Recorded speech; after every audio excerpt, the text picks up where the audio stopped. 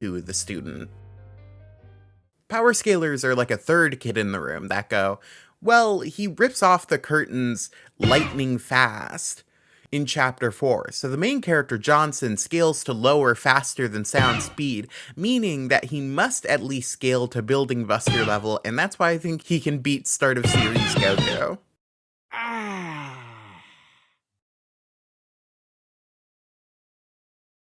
So you read the title, you know who's getting dunked on today. Power scaling. If you're unaware, power scaling is the modern internet subcommunity that takes it upon themselves to ask the hard questions, like, does Goku beat Superman? And treats it with all the gravitas and seriousness of sports broadcasters debating which underpaid college kid shoots the ball better. Power scaling, as it's currently known, evolved from battleboarding. Battleboarding is mostly what it sounds like. On the early internet, when fandoms were still sequestered to their own separate websites and forums, people would start battle boards, where members of the fandom could join in and argue which of their faves would win. This could even be seen as an extension of earlier versus write-in sections from early fandom magazines. All this to say that arguing about fictional characters fighting is an ancient art that goes back to the ye olden times of the late 90s. So you're probably wondering, Zeta, why are you hating on something that makes people happy? Sure, it's slightly dumb, but why can't you let them have their fun? Well, I've got a few reasons. Firstly, and most importantly, I'm petty. No, I'm not going to expand on that.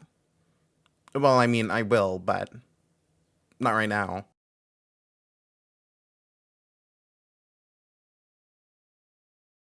But more seriously, because the thing I find most fascinating about power scaling is that it reflects a very specific kind of art critique that I find so infuriating and yet rarely discussed. Oh, boo-hoo!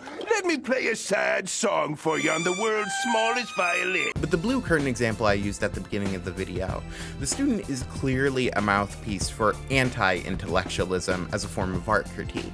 It's a really easy way to dismiss art that has already been discussed to death and kind of beaten down. But power scaling is a really unique example of pseudo-intellectualism.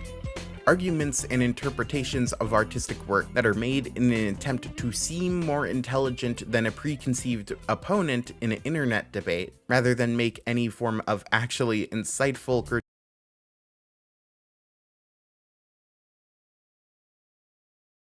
critique of the work. Power scaling is like a heady mix of bad argumentation, bad art critique, bad faith argument tactics, and lazy internet content that make it just genuinely fascinating to discuss.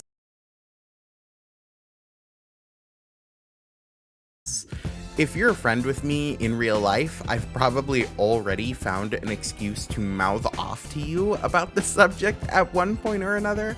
Look, I know that there probably are some power scalers watching this video, so let me level with y'all for a second.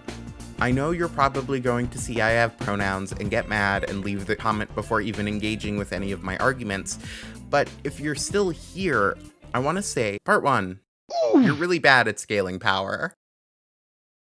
The core beating heart of any power scaling discussion is what the name suggests, scaling a character's power.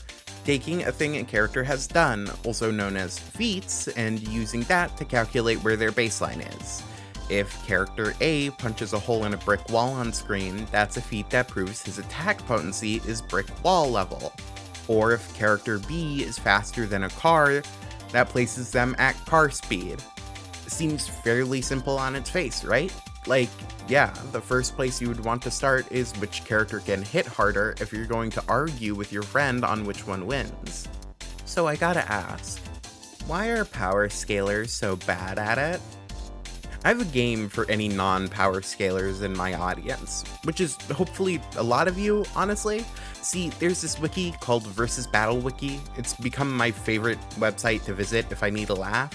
It's a place where power scalers come together to decide how strong a character is before launching into bigger debates on their forums, where a winner is decided, tying very strongly back to how things work in the battle board days. My game for you is to choose literally any character in your head. Try to assign how strong you genuinely think they are. Look them up and see how insane this website is. Waddle Dee? Yeah, of course. He's a multiverse buster, don't you know?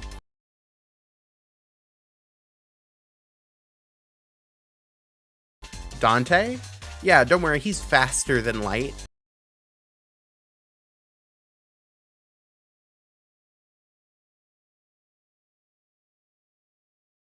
Sora? Yeah, his speed is infinite?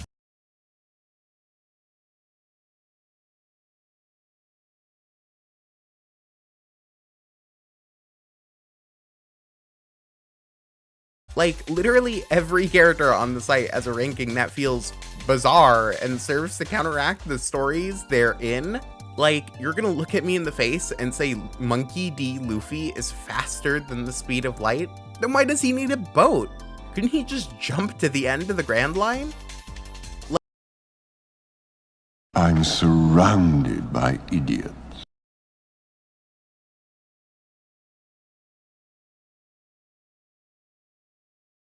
Like, I really want you to think for a second on what faster than light means. You mean to imply to me, Monkey D. Luffy can move at 186,000 miles a second. Not a minute, a second. Over 7 times the planet's circumference. Every second.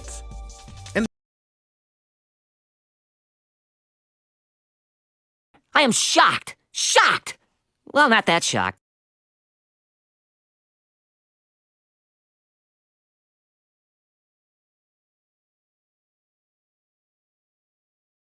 The main piece of evidence people most often cite is that he fought a guy who could turn into light, but my counterpoint is that that happens in the same arc where he struggles to get off an island in 5 minutes. And for some reason, call me crazy, I doubt this island is the size of 7 planet Earths. Why is Devil May Cry 5 Nero listed as faster than light when he starts the game in a fucking van? Why would he need a van if he's so fast he can make 7 trips around the planet in 1 second? Also, the entire plot of this game starts off because Nero gets thrown off a tower and can't get back up and has to figure out another way around.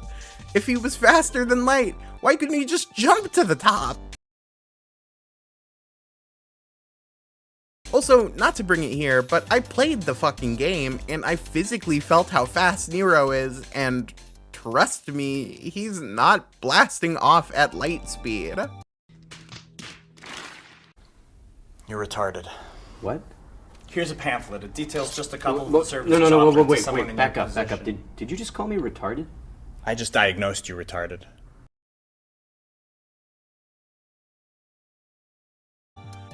And then you get truly nutso shit, like Makoto Naegi from Danganronpa being listed as a building buster?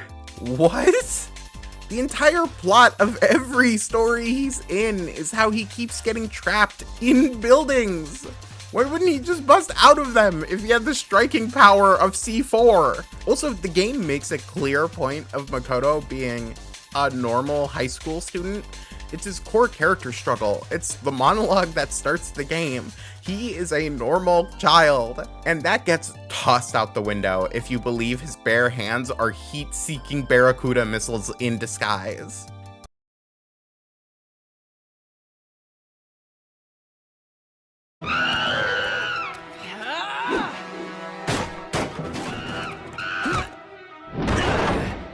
You don't deserve to be king! Idiot! I made up all that stuff. You know what this place really is? It's an intergalactic communication center, and the crystal is its power source. Once it's gone, no one's going to be able to call for help when the high breed invade.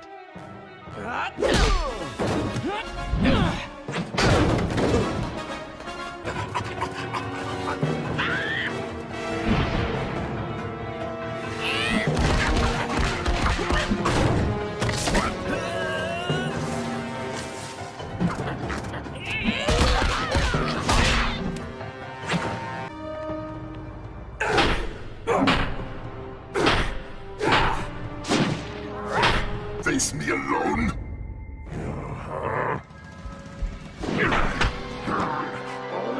Vermin!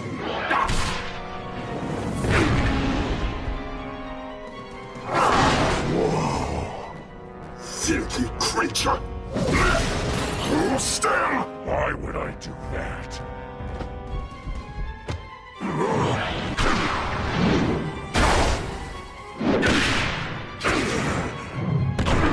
You've ruined everything. By discovering this location, you've set our plans back months. Inferior scum! I have to move my ship, find a new hiding place. I have to sterilize the area. Sterilize? Destroy all life within 5 miles of here. No witnesses will live to tell the tale. You can't. I can, and I will. Let me go! Filth! You've infected me! Get off my ship! And like the evidence is it's comparable to what other people did that he's been in tussles with. And like, just because I get in a tussle with Mike Tyson doesn't make me equal to Mike Tyson. Is this nigga serious? And all these interpretations are built on such a loose or weird reading of the material. My favorite example is when people say Naruto is faster than light. The claim comes from Naruto's fight with Madara, where Madara used a technique called Sage Art Storm Release Lightning Fang, say that 5 times fast, which is stated in a data book to cut through targets faster than the speed of light. Now, 2 things. First off, if a car is coming at 100 miles an hour in a straight line and I jump out of the way, does that mean I need to enter the woman's 100-meter dash because I'm superhuman? Or does it mean I saw it coming and reacted? And secondly, Madara yells the name of the attack.